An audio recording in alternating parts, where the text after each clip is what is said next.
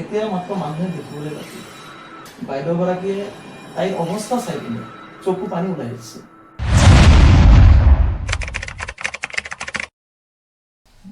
আসসালামু আলাইকুম, নমস্কাৰ দৰ্শকবৃন্দ। মই কিছু বিচিত্ৰিকাৰ আপোনালোকে চাই আছে মোৰ চেনেল অমেলতে। আজি আমাৰ ইয়াতে উপস্থিত আছে এজন বিশেষ ব্যক্তি। তেখেতৰ যি চিন্তা আৰু অভিজ্ঞতা আপোনালোকক নতুনকৈ ভাবিবলৈ বাধ্য কৰাব যে শিক্ষা আৰু শিক্ষক কি। তেখেত হ'ল ইক্ৰাবাদী হাইস্কুলৰ প্ৰধান শিক্ষক শ্ৰদ্ধাৰ জামছেদ আলী ছাৰ। ছাৰ, মই প্ৰথমতে আপোনাক আমাৰ এই অনুষ্ঠানলৈ স্বাগতম জনাইছোঁ। হয়, ধন্যবাদ। আপুনি আপোনাৰ এই অমূল্য টাইমছ নামৰ অনুষ্ঠানত মোক আমন্ত্ৰণ কৰি অনাৰ বাবে আপোনাক মই হৃদয়ৰ পৰা ধন্যবাদ জনাইছোঁ। ছাৰ, আপোনাক আমাৰ এই অনুষ্ঠানলৈ আমন্ত্ৰণ কৰি অনাৰ মূল উদ্দেশ্যটো হ'ল যে আপোনাৰ পৰা বহু কথা জানিম, বহু কথা শুনিম আৰু বহু কথা শিকিম। তো প্ৰথমতে ছাৰ আপোনাৰ পৰা জানিব বিচাৰিছোঁ, আৰু লগতে মই যি দেখা পালোঁ আপোনাৰ টেলেণ্টৰ বিষয়ে, আপোনাৰ টেলেণ্টখিনি যদি আপুনি বেলেগ কিবা কামত খটুৱালে হয়, আজিৰ তাৰিখত আপুনি নিশ্চয় অৰ্থনৈতিক দিশত অধিক স্বাৱলম্বী হ'ব পাৰিলে হয়। তো অৰ্থনৈতিক ফালে নদৌৰি আপুনি শিক্ষকতাৰ জীৱনত ভৰি দিয়াৰ মূল উদ্দেশ্যটো কি? হয়, আপুনি খুব সুন্দৰ প্ৰশ্ন এটি কৰিছে মোক। তো আমাৰ যি সময় আছিলে, মানে আমি যেতিয়া নতুনকৈ হায়াৰ ছেকেণ্ডেৰী বা বি এ পাছ কৰি ওলালোঁ, ঠিক তেনেকুৱা সময়ত আমাৰ অঞ্চলত শৈক্ষিক দিশত একেবাৰে পিছপৰা আছিলে। আৰু মা দেউতাসকল অতিকৈ দুখীয়া বা খেতি বাতিৰ লগত জড়িত। সেইকাৰণে অৰ্থনৈতিকভাৱে ছাত্ৰ ছাত্ৰীসকলক বা ল'ৰা ছোৱালীক শৈক্ষিক দিশত আগুৱাই লৈ যাবলৈ সিহঁতে সিমান দূৰ সক্ষম নাছিলে। তো তেতিয়া আমিও অৰ্থনৈতিকভাৱে কষ্ট ভুগিছিলোঁ, আৰু তাৰ কাৰণে মই ভাবিলোঁ যে শৈক্ষিক দিশত সমাজখনক আগুৱাই ল'বলৈ হ'লে শিক্ষকতাৰ পথ এটা বাছি ল'ব লাগিব। তেতিয়া আমাৰ সমাজখনক নিশ্চয় শৈক্ষিক দিশত আগবঢ়াই লৈ যাব পাৰিম। ফলত আমাৰ সমাজখনৰ যি কুসংস্কাৰ আছে, যিবিলাক মানে আমাৰ ধৰক অন্ধবিশ্বাস আছে, সেই অন্ধবিশ্বাসসমূহ আঁতৰি যাব আৰু তেতিয়া এটা নিকা সমাজ গঠন হ'ব। সেই উদ্দেশ্যেৰে মই টকা পইচা বা অৰ্থনৈতিকভাৱে ইমান গুৰুত্ব নিদি বিশেষকৈ মই শৈক্ষিক দিশত সমাজখনক আগবঢ়াই লৈ যাবৰ কাৰণে মই শিক্ষকতাৰ জীৱনত ভৰি দিছিলোঁ। শিক্ষক সমাজে আচলতে পইচা পিছে নদৌৰি বা পইচা পিছে পিছে নগৰি যিহেতু সন্মানৰ পিছে পিছে যে ঘূৰে, সন্মানৰ কথা চিন্তা কৰে, এই বস্তুটো আপুনি প্ৰমাণ কৰি দিলে। হয়, আপুনি যদি এটা কথা চিন্তা কৰে, শিক্ষকতাৰ মানে বৃত্তিটো অন্যান্য যিবোৰ বৃত্তি আছে, উপাৰ্জনৰ উপায় আছে, বহুত আছে। হয়, সেইসমূহ কিন্তু আপুনি শিক্ষকতাৰ বৃত্তিৰ লগত কম্পেয়াৰ কৰিব নোৱাৰে। শিক্ষকতাটো হৈছে এনেকুৱা এটা বৃত্তি যিটো সেৱা বুলি ক'ব পাৰি, একমাত্ৰ সেৱা। য'ত আপুনি যেতিয়া সেৱা দিয়ে, তেতিয়া টকা পইচাৰ কথা কেতিয়াও চিন্তা কৰি কোনেও এই শিক্ষকতাৰ বৃত্তিত সেৱা নিদিয়ে। একমাত্ৰ ছাত্ৰ ছাত্ৰীৰ মুখৰ ফালে চাই নৱপ্ৰজন্মসমূহক দেশৰ ভৱিষ্যত এটি সুদক্ষ নাগৰিক, সৎ নাগৰিক গঢ়ি তোলাৰ চেষ্টাৰে সিহঁতে একমাত্ৰ শিক্ষাদান কৰে। তাতে টকা কিমান পাইছে, কিমান পোৱা নাই, অৰ্থনৈতিকভাৱে মই কিমান স্বাৱলম্বী হৈছোঁ, কিমান হোৱা নাই, সেয়া কেতিয়াও চিন্তা নকৰে এজন সৎ শিক্ষকে। ভাল লাগিলে আপোনাৰ যি মনৰ কথাখিনি ক'লে, কথাখিনি শুনি সঁচাই ভাল লাগিল। আপুনি যিহেতু শিক্ষকতা জীৱনত শিক্ষকতা আগতো কৰি আহিছে, এতিয়াও কৰিছে আৰু ভৱিষ্যতো কৰিব। তো আপোনাৰ পৰা জানিব বিচাৰিছোঁ যে কিছুমান বিদ্যালয়ত দেখা যায় যে যিবিলাক ছাত্ৰ ছাত্ৰীয়ে বেছি নাম্বাৰ পায়, আনকি নাম্বাৰৰ প্ৰতিযোগিতা পাতে, আৰু সেইখন বিদ্যালয়ত কিছুমান ছাত্ৰ ছাত্ৰী থাকে যে পঢ়া শুনাত দুৰ্বল, আৰু সেই দুৰ্বল ছাত্ৰক যিহেতু নাম্বাৰৰ প্ৰতিযোগিতা চলি আছে, এই ক্ষেত্ৰত এই দুৰ্বল ছাত্ৰৰ প্ৰতি শিক্ষকসকলৰ অলপ দুৰ্বলতা দেখা যায় নেকি?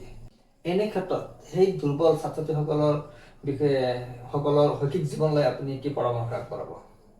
হয়, আপুনি খুব ধুনীয়া এটি প্ৰশ্ন আগবঢ়াইছে। আজিৰ সমাজত আপুনি জানে, শিক্ষা বুলি ক'লে যি শিক্ষাৰ উদ্দেশ্য আছিলে তাৰ পৰা যেন ফালৰি কাটি অহা অলপ অনুভৱ হৈছে। হয়তো সেইকাৰণে আপুনি এনেধৰণৰ প্ৰশ্ন অৱতাৰণা কৰিছে, মই গম পাইছোঁ। তো যিয়ে নহওক, চাওক, হয় নাম্বাৰ লাগিব, মাৰ্কছ লাগিব। ভাল শিক্ষা বা ভাল ইনষ্টিটিউট এখন পাবলৈ হ'লে আমাৰ ল'ৰা ছোৱালীয়ে ভাল নাম্বাৰ পাবই লাগিব। তাৰ কাৰণে আমাৰ নাম্বাৰৰ ক্ষেত্ৰত বা মাৰ্কছৰ ক্ষেত্ৰত আমি বিদ্যালয়ে হওক বা ছাত্ৰ ছাত্ৰী হওক, যেনে প্ৰকাৰ প্ৰতিযোগিতা ষ্টাৰ্ট হৈছে, চলিছে বৰ্তমান। হয়, তো এই ক্ষেত্ৰত যাই কিনে আপুনি চাব যেন ক'ৰবাত হয়তো দুৰ্বল ছাত্ৰ ছাত্ৰীসকল ভীতিগ্ৰস্ত হৈছে বা শিক্ষাৰ যি অগ্ৰগতি তাৰ পৰা যেন পিছলি আহিছে, পিছফালে আহিছে। তো এনে ক্ষেত্ৰত আমি যি পিছুৱাই যোৱা ছাত্ৰ ছাত্ৰীসকল আছে, দুৰ্বল ছাত্ৰ ছাত্ৰীসকলক যদি আমি টেলেঞ্চি থকা যি ছাত্ৰ ছাত্ৰী, স্মাৰ্ট যিসকল ছাত্ৰ ছাত্ৰী আছে, সেইসকলৰ সমান্তৰালভাৱে যদি আগবঢ়াই লৈ যাব নোৱাৰো, খালি বিদ্যালয় এখনৰ ক্ষেত্ৰতো নহয়, এয়া সমাজৰ ক্ষেত্ৰতো এটা সময়ত এটা ডাঙৰ ব্যৱধানৰ সৃষ্টি হ'ব। যিহেতু মেক্সিমাম ল'ৰা ছোৱালীয়ে পঢ়া বাদ দিব যদি আমি দুৰ্বল ছাত্ৰ ছাত্ৰীক এৰি দিওঁ। তাৰ কাৰণে চাব আপুনি চৰকাৰীভাৱেও মানে ৰিমিডিয়েল টিচিঙৰ এটা ব্যৱস্থা কৰিছে। যিসকল ছাত্ৰ ছাত্ৰী পঢ়া বাদ দিছে, ড্ৰপ আউট হৈছে, নেভাৰ এণ্ডৰ ষ্টুডেণ্ট আছে, যিসকলৰ 6 বছৰ বা 7 বছৰ বয়স অতিক্ৰম কৰিছে, সেইসকলৰ কাৰণে চৰকাৰীভাৱেও তেনেকুৱা এটা সুবিধা দিছে। কিন্তু তো সেইখিনিতো আছেই। আমি ব্যক্তিগত খণ্ডৰ যিখিনি বিদ্যালয় আছো, এইখিনিৰ ক্ষেত্ৰত এই নাম্বাৰৰ প্ৰতিযোগিতাটো বিশেষকৈ আমাৰ ব্যক্তিগত খণ্ডত বেছি চলে। এয়া যদিও মোৰো এখন ব্যক্তিগত খণ্ডৰ বিদ্যালয় আছে, যদিও আছে, ইয়াত দুখ হিচাপে মই কোৱা নাই, হয় ইয়াত ত্ৰুটিটো ইয়াত ক'ৰবাত নহয় ক'ৰবাত ৰৈ গৈছে। এতিয়া আমাৰ ছাত্ৰ ছাত্ৰীসকল যদি দুৰ্বল হৈ থাকে, হৈ আছে আৰু হৈ থাকে, এটা সময়ত এই ল'ৰা ছোৱালী বা এই ছাত্ৰ ছাত্ৰীসকল সমাজত ব্যাধি হ'ব। এইসকলক সমাজৰ এই ব্যাধিটো আঁতৰ কৰিবৰ কাৰণে আমি কিছুমান উপায় বা কিছুমান তেনেকুৱা প্ৰেৰণাদায়ক কিছুমান বিষয় আছে, তেনেকুৱা প্ৰেৰণাদায়ক বা উৎসাহমূলক কিছুমান পাঠ আছে।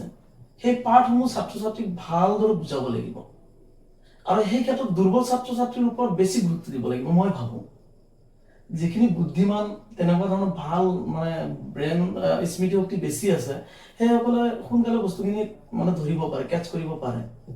বাট দুৰ্বল ছাত্ৰ ছাত্ৰীসকলে ইমান সহজে এই কথাখিনি কেটচ কৰিব নোৱাৰে।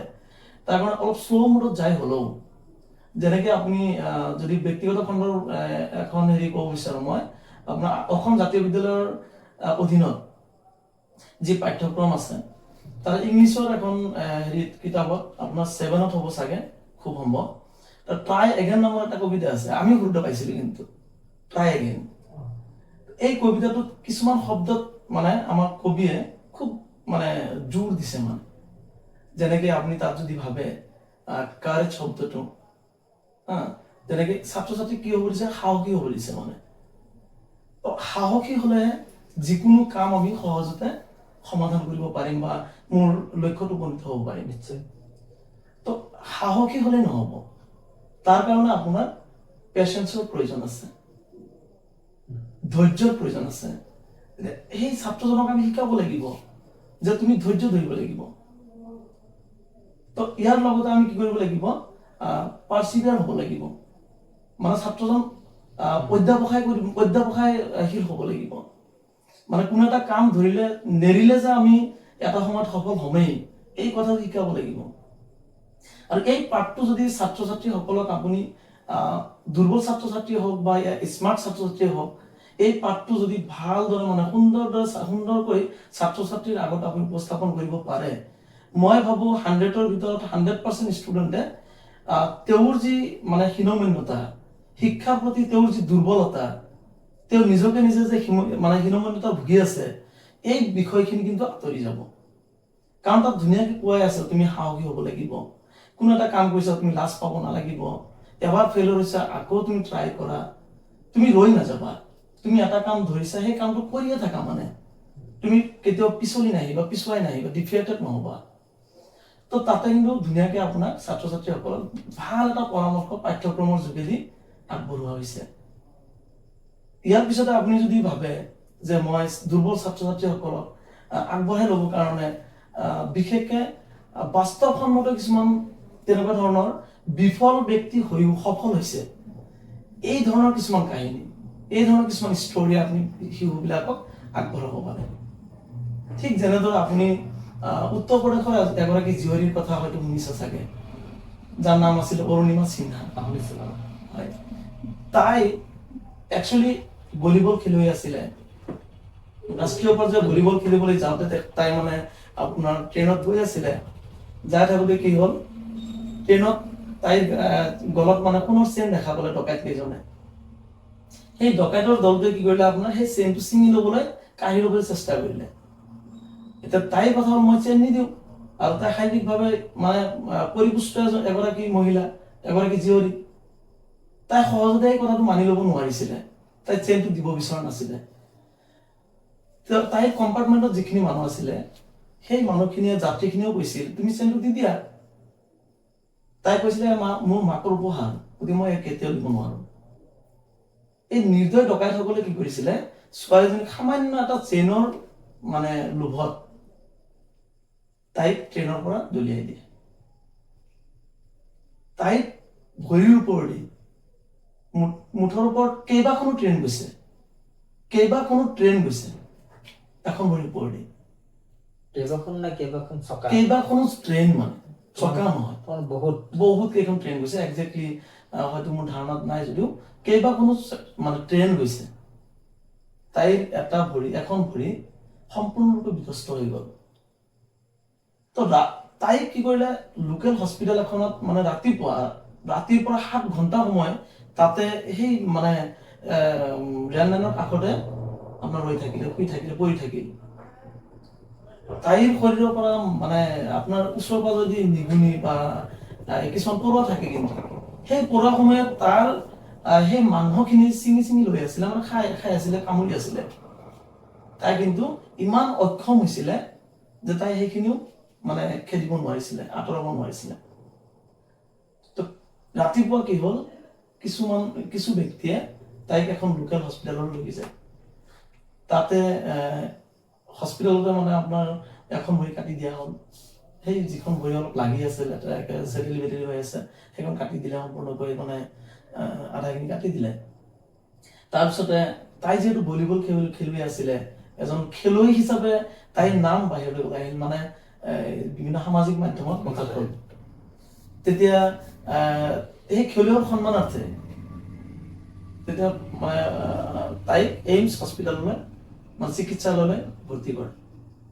তাতে এখন ভৰিত আপোনাৰ ৰড লগাই দিলে, এখন ভৰিত আপোনাৰ মানে চলিবৰ কাৰণে এনেকে আৰ্টিফিচিয়েল ভৰি এখন লগাই দিলে। তো এই হস্পিটেলত থকা সময়তে তাই মনত যেতিয়া থাকিলে, সেই সময়ত কিছুমান বাতৰি বা সেনেকে মানে কিছুমান কথা বা অপপ্ৰচাৰ হৈছিলে। কিছুমানে কৈছিলে তাইৰ হাতত টিকেট নাছিলে, হয়তো সেইকাৰণে টিটিক চাই কিনে ট্ৰেইনৰ পৰা জঁপিয়াই দিলে। কিছুমানে ক'লে নাই, তাই ঘৰৰ মানুহে ভাল পোৱা নাছিলে, তো সেইকাৰণে তাই আত্মহত্যা কৰিছে। বিভিন্ন ধৰণে যাৰ মনত যেনেকে ভাবে সেনেকে আত্মপ্ৰকাশ কৰিলে। তেতিয়া তাই হস্পিটেলৰ বেডৰ পৰাই এই কথাটো মানে তাই ভাবিলে যে মই এই পৃথিৱীৰ মানুহবিলাকে যি ভুল ধাৰণা মোৰ ওপৰত কৰিছে, এই ভুল হিচাপে প্ৰমাণিত কৰিব লাগিব, আৰু মই মোৰ জীৱনক জয় কৰিব লাগিব। তাই হস্পিটেলৰ বেডৰ পৰা তাই মানে সিদ্ধান্ত ললে, মই এবাৰত জয় কৰিম। তাৰপিছত তাই মানে আপোনাৰ এগৰাকী ট্ৰেইনাৰ আছিলে, ট্ৰেইনাৰ গৰাকীৰ নাম আছিলে আপোনাৰ বাসেন্দ্ৰী পাল। তাইৰ কাষলৈ গ'ল। তাইৰ কাষত গৈ যেতিয়া বহিলে, ক'লে মই এভাৰেষ্ট শৃংগ কৰিব বিচাৰো, জয় কৰিব বিচাৰো, আপোনাৰ পৰা ট্ৰেইন ল'ব বিচাৰো, প্ৰশিক্ষণ ল'ব বিচাৰো। বাইদেউ শুনি কিনে ক'লে যে তুমি এনেকুৱা অৱস্থাত মানে ইমান ডাঙৰ এটা কাম কৰিবলৈ সাহস কৰিছা, তোমাৰ কাম ধৰি লোৱা তুমি আৰম্ভ কৰিছা, এতিয়া মাত্ৰ মানুহে দেখিবলৈ বাকী। আৰু বাইদেউ গৰাকীয়ে তাইৰ অৱস্থা চাই কিনে চকু পানী ওলাই দিছে। এনেকুৱা অৱস্থা মানে। তো যিয়ে নহওক বাৰু, কিছুদিন পিছতে মানে 2011 চনত সংঘটিত হৈছিল ঘটনাটো। 2013 চনতে কিন্তু তাই এই এখন ভৰিত ৰড সোমোৱা, এখন আৰ্টিফিচিয়েল ভৰি লৈ তাই কিন্তু এভাৰেষ্ট শৃংগ জয় কৰিলে। এই যে মানে ব্যক্তিজন বিফল হৈছিল, একচুৱেলি বিফল হৈও ব্যক্তিজন কি হ'ল, সফল বুলি ক'ব পাৰি।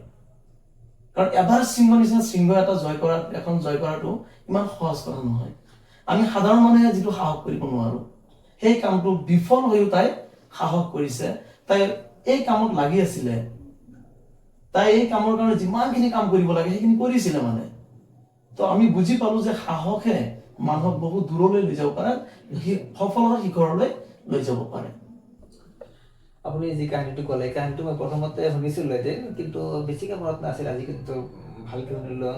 বেছিকৈ মনত থাকিব আৰু যি কাহিনীটো শুনিলোঁ এইটো এটা আচৰিত কাহিনী তাৰ লগতে শলাগ ল'বলগীয়া কাহিনী তো যিয়ে নহওক মই মানে সদৰ শেষত এই কথাটা ক'ব বিচাৰোঁ আমাৰ দুৰ্বল ছাত্ৰ ছাত্ৰীসকলে আগবাঢ়িবলৈ হ'লে মই প্ৰথমতে কৈছোঁ 3টা বিষয়ৰ প্ৰতি বেছি গুৰুত্ব দিয়ক। এটা হৈছে সাহস, কাৰেজ হ'ব লাগিব, সাহস হ'ব লাগিব, সাহসী হ'ব লাগিব। 2 নম্বৰত মানে আপুনি অধ্যাৱসায়িক হ'ব লাগিব, পাৰ্জিভিয়াৰ হ'ব লাগিব তাৰমানে। আৰু 3 নম্বৰত আপুনি পেচেঞ্চ হ'ব লাগিব, ধৈৰ্যশীল হ'ব লাগিব। তেতিয়া নিশ্চয় এদিন নহয় এদিন সফল হ'বই, কেতিয়াও ব্যৰ্থ নহয়।